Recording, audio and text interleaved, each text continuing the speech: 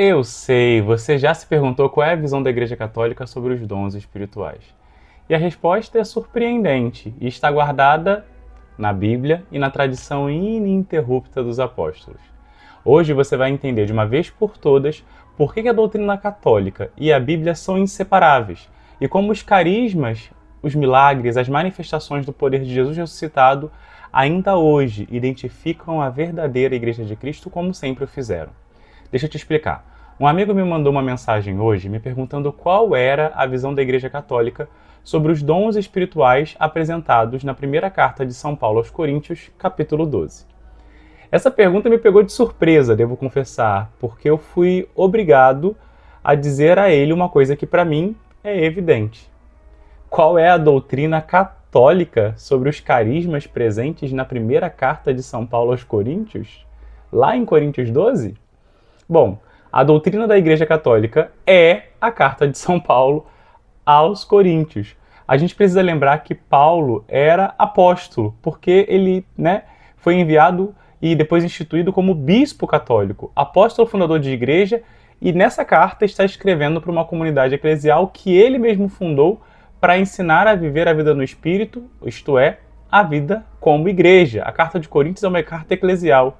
Talvez justamente esta carta aos Coríntios seja um dos melhores lugares em que a gente possa manifestar de modo muito claro aquilo que é a doutrina apostólica sobre a igreja. Entretanto, precisamos lembrar de algumas coisas antes. Então, antes de falarmos da carta de São Paulo aos Coríntios, vamos voltar aos evangelistas. O evangelista Lucas, quando nos dá a descrição das primeiras comunidades cristãs logo após Pentecostes, lá em Atos 2, no versículo 42, ele diz quais são as identidades que uma comunidade cristã deve ter. Então, as comunidades fundadas pelos apóstolos, ou seja, a igreja, perseveravam na doutrina dos apóstolos, e até o século IV, a gente precisa lembrar isso, não existia a compilação dos textos enquanto Bíblia.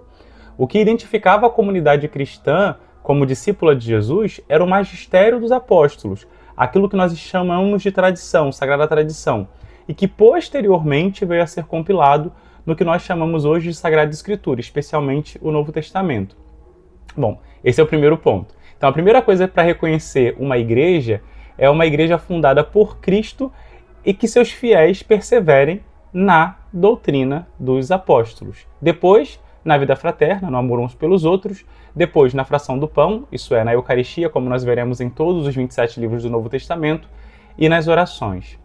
Paulo, na carta aos Coríntios, fala sobre a unidade da igreja. Toda a primeira parte, até o capítulo 11, são disposições disciplinares sobre como viver a igreja. No capítulo 11, Paulo fala da celebração da Eucaristia, deixando claro que ele recebeu essa celebração por tradição, aquilo que ouvi vos transmitir. E lá no capítulo 12, Paulo vai falar dos carismas, dos dons espirituais, e dar a orientação para que possamos discernir de fato aquilo que são os dons do Espírito Santo daquilo que é da carne e também do demônio. Embora a teologia católica tenha durante muito tempo dado pouca atenção aos aspectos extraordinários dos carismas, sobretudo em alguns séculos, por outro lado, a Igreja nunca se viu privada dessas manifestações carismáticas. E o grande testemunho disso é a vida dos santos, que nos atestam ao longo de toda a história do cristianismo católico palavras de sabedoria, palavras de ciência, dons de língua, profecias, curas, milagres, bilocações. Não existe nenhuma ruptura entre aquilo que os apóstolos disseram e aquilo que nós vivemos hoje como Igreja Católica Apostólica Romana, guardando a tradição dos apóstolos, como a Igreja sempre fez, e o magistério deles, como a Igreja sempre fez pela Sagrada Tradição.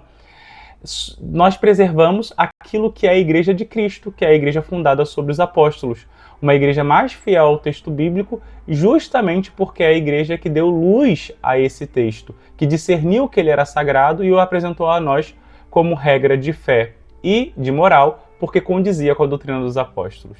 Se você gosta de compreender a fé de maneira mais profunda, com embasamento intelectual e com verdade, me segue aqui nesse perfil, porque aqui você vai encontrar não a discussão rasa da internet, mas uma formação que a vida não apaga.